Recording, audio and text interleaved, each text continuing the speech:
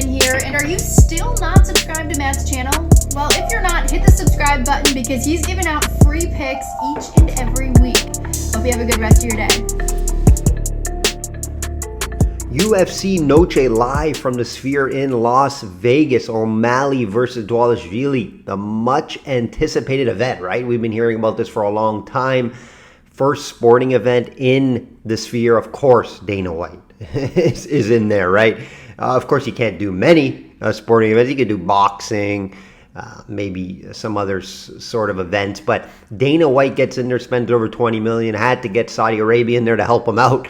And we are seeing a card, not a great card. You know, I think it's a good card, very top heavy.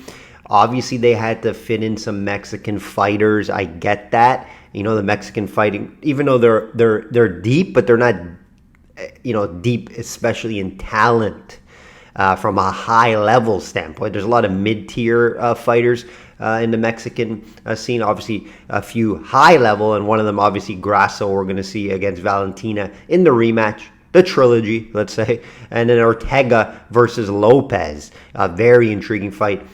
Looking forward to that. I'll break it all down for you guys like always. Provide some free picks, leans, price talk, and more. Want my personal bets for this card? UFC Pay-Per-View Run is back on the line. Get on board today. Head over to the website, systemsportscapping.com or link.me/systemcapping. Best time to get on board if you like volume. Currently handicapping UFC, PGA, and the NFL. Let's do a UFC Vegas 97 recap. We always do a quick recap for you guys, and it was a nice clean card for myself and clients, going 2-0 on the card, hitting two fight parlays, technically 4-0 in all the fights. I count it as a 2-0 because I count a parlay as one bet. A bunch of winners given out also on the podcast for you guys. Hopefully you're tailing each week. If you've been tailing for a long-term client, you guys know we hit at a very high winning rate. What were we on? We were on Brady. Main event, we cashed Brady with Petrosky. Parlayed those two, got that at plus money. And also Silva and the peak fight over 2.5 rounds. No concerns on any of these fights, guys. They clearly cashed for us. There was nothing really too close. Maybe the Silva fight at times, Andrade showed that maybe her pressure would be too much, but Silva showed excellent movement and striking capabilities in that fight. I'm very high on Silva. I really like what I saw. And Brady, very impressive what I saw from Brady, right? That boxing was improved. We knew he was going to have the strength advantage, which I mentioned on the podcast, but Brady was excellent in there. Excellent. Love what I saw from him, and I do think he can make a title push someday. UFC update. 26-5, 84% pay-per-view run is on the line, guys. It's pretty much most of the year. You're not going to find better numbers out there. It's documented with clients. It's documented each week on the podcast. 72% two-fight parlays as well. Not going to find that either. I don't know how many people keep track of two-fight parlays, but that's 2023, 2024, guys. So it's long-term now. Average line plus money as well. Keep this in mind, guys. 49-24. All cards run, guys. That's around 67-68%. Really looking forward to this card, guys. How is this card going to look on TV? I can't wait. I'm hearing there's mini movies between fights. I'm hearing they only could put 10 fights on the card because the cost of it would have been too much. I'm hearing lighting. I'm hearing everything. I can't wait to see how it looks out. Lighting was an issue, Dana said, and was the hardest part because, again, there's fights. It's not a show, right? They have to go out and fight. They can't have screen distractions. They can't have light distractions. So it's going to be interesting to see how UFC handles it. Let's see if it's not, you know, a shit show out there. I don't think it will be. They have a lot of time to get ready for this. Let's get right into it, guys. Let's get right into this card. Let's get right into it.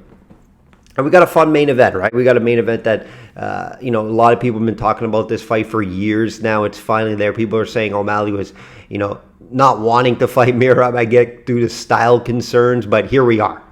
O'Malley's the champion. Dvalishvili's next up. Let's see how this one plays out. Money's been coming in on Sean. Merab opened up as a favorite here, and money has been coming on Sean, and I do kind of understand that, right? He hasn't proven where he had issues with wrestlers as of yet. That's why I think Dvalishvili opened up. Obviously, he's on that nice win streak. You could technically say the 5 rounds maybe favors him because we know how much of a cardio advantage he should have. But we've seen Sean go 5 rounds as well just against Cheeto. And I didn't see him really tired. Maybe in the 5th a little bit. He got a little tired there. But that's because of the output. Think about the output he put on the Pinata in Vera, right? So definitely keep that in mind here. We saw it against Sterling. It's a very similar matchup against Dvalishvili. Sterling, best friends, trained together, right? Sterling was going into that with that wrestling threat, and he wasn't able to take him down. He had a couple opportunities to take him down. Sean did really well with his distance management, was able to get his hips low, use the side theory and game plan to not get taken down, use the cage as well. And that's what's going to happen here. Mirov's just going to spam takedowns throughout the fight. Right? It's going to be attempt for takedowns. Can he get in on Sean without getting clipped? Right? We saw Sterling got impatient, tried to get the takedown, and got clipped. Right? And Mirov, how he comes in, is kind of wild, right? His striking is, I would say, almost poor. It's not great striking. It's more of his striking is to set up his takedowns, right? He's not a technical striker, right? He has some decent boxing.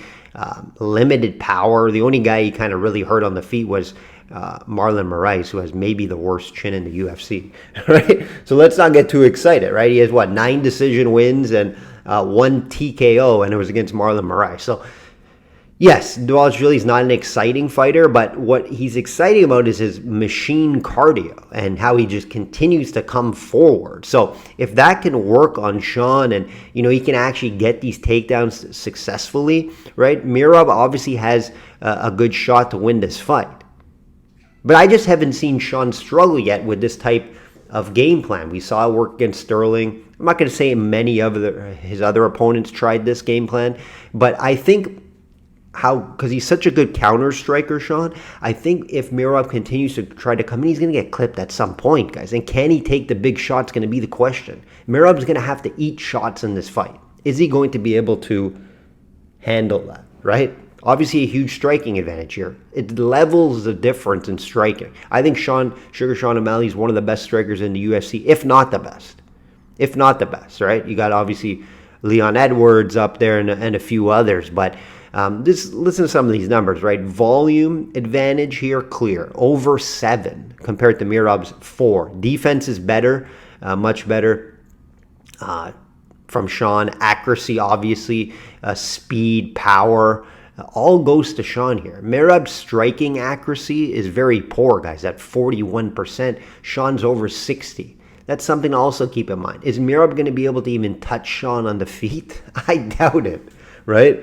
I doubt it. Mirov's game plan is going to have to be spam takedowns, use the cardio, keep spamming takedowns, and hopefully that's going to work. Grappling and wrestling versus a striker matchup here. It's clear. And those are always fun to watch. Who wins the chess game, right? Who can pull it off better, right? Can Sean keep the fight standing?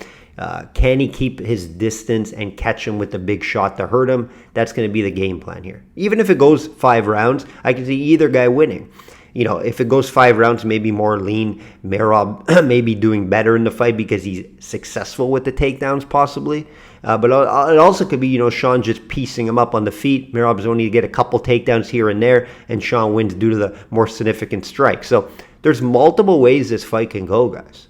Can Mirov take that big shot? I'm not worried about Sean, getting knocked out on the feet. Definitely not. Mirov's not known for any submission. Is there a possible TKO? Possibly.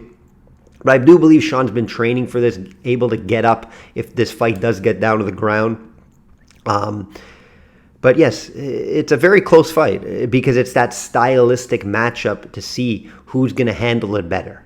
Right? Who's going to handle that better? I have a client play on this one that will be pending. If you want that detailed write-up and unit size, etc., head over to the client card now. Grosso, minus 138 versus Shevchenko, plus 110. The trilogy, right? We've seen a draw last time out, and then we saw what do we saw? The win from Grasso, where Grasso caught her in the submission, right out of nowhere. Valentina was kind of winning that fight, and then the submission came. Grasso's not known for that. However, has improved her grappling a ton. And wrestling takedown defense, guys. Her wrestling takedown defense was horrible before. It's a little better now. Valentina will have the advantage there with the wrestling. I expect her to try to get the takedowns and not just stand and bang with Grasso, because I have Grasso as a better boxer. Right? Valentina is more of a Muay Thai fighter. Grasso has a much more cleaner boxing. We've seen Grasso have success against Valentina in the boxing. Knocked her down, actually, last time. Not the people knocked down Shevchenko. So that's something to mention here. But Grasso continues to get better with the takedown defense. She's training with Diego Lopez, who we will talk about next. And Diego Lopez, obviously a wizard with the grappling. And that's why Grasso continues to get much better. Grasso's going to have a volume advantage here as well. A little more power, I believe, on the feet. Like I mentioned, dropped Valentina in her last fight. So I do give Grasso the edge on the feet slightly, just due to that boxing. Valentina will have the offensive wrestling advantage. She has been leaning on it more, I feel, in the past few years, because she's very strong, right? She likes to get the top control. Doesn't really have much of a submission threat when it gets there against higher level girls, but she is able to keep some control. It's just, what could she do with it on the ground? And when it does get there, is Grasso going to be able to get up? We have seen her be able to have some success getting up. Now, Grasso's numbers, if you look at it, the defensive takedowns, 59%. However, a lot of those I believe were earlier in her career. I do think, yes, she's somewhat easy to take down, but she's able to get up, she's able to move around, and I do believe Grasso has improved a ton in that area. It's a very tough one to call, right? We have Grasso, obviously a slightly younger fighter in her prime. Valentina just outside of her prime, in my opinion. Grasso fighting for the Mexican crowd as well, themed event. I have to lean Grasso here. I'm not in love with it. Not going to make my client card. Probably like to fight more to go over in the rounds, and fight goes the distance as well, possibly. But that is what I like the best in this fight. Lean to the Grasso side. But not going to make my client card from a side standpoint. We can see Valentina. Valentina is just very difficult to bet against, just due to her crazy, wild dedication to the sport, and how serious and how intrigued and engaged she is from fight to fight. Very difficult to bet against her. But I get where, and we've seen Grasso beat her already. So staying away from a side here, but I do like the fight to go deep. Lopez minus 180 versus Ortega plus 150. Can't wait for this fight. We were supposed to see a few months ago, remember. However, Ortega had to pull out due to an illness, due to cutting weight. That worries me a little bit here. I broke this fight down months ago. I liked Ortega at the plus money. A little more concerned. I do have to mention that, right? We have the theory here, obviously. The younger guy in Lopez in his prime, 29, excellent skill set on a 4-fight win streak. Ortega has been there, done that, has fought the best of the best, resume advantage, should have the striking boxing advantage, in my opinion. Just poor defense at times, which does concern me. Lopez does show that he has some boxing, some power in his hands. So obviously Ortega, excellent chin, not worried about him really getting knocked out. It's only a 3-round fight. Expect this fight to go all 3 rounds, most likely. But Ortega too, people think he's older than he is. He's 33. He's not out of his prime. I would say maybe his best days are behind him, possibly, but I don't know. Because he's coming off a big win over Yair Rodriguez by submission. Now, we know Yair Rodriguez has poor grappling and the defensive wrestling. So I understand that. Ortega's not going to be able to submit Lopez. Very, very low possibility there, in my opinion. Obviously, we know Lopez goes into fights usually having a grappling edge. I don't think he really does here. If it is, it's very slight, right? Is Lopez submitting Ortega? I don't believe so, right? Very hard to see that happening here. Where I could see Ortega have an advantage as well, if it's not just the boxing in this one, Diego can be taken down, right? He can be taken down. 46%, guys. takedown defense, right? But a lot of people don't want to take him down because of his submission game off his back. Ortega should be able to handle that. So keep that in mind. You know, the value here is on Ortega. If I had to bet a side on this fight, the only way I could look at is Ortega due to everything I just mentioned and the plus money. It's a great price. I like Lopez a lot.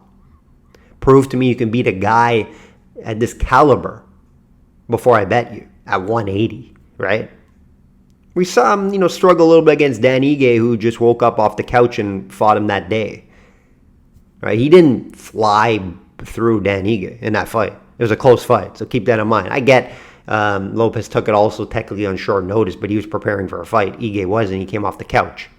Another thing to mention here, so only way I could look is Ortega at that plus money. Could be a super close fight, split decision, go to the judges. I get it.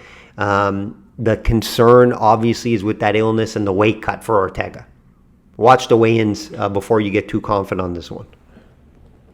Zellhuber minus 225 versus Robovitz plus 187. This is a fight, I like Zellhuber. He should get the job done. It's just minus 225. It's pricey here. I think it's overpriced. I have Zellhuber slightly better in most areas. Volume on the feet. Zellhuber could be sneaky too with the takedowns here, as Robovitz, terrible takedown defense. And Zellhuber has a sneaky submission game that a lot of people talk about. Right? He has an 8-inch reach advantage in this too, guys. Very important. That's something that stood out for me.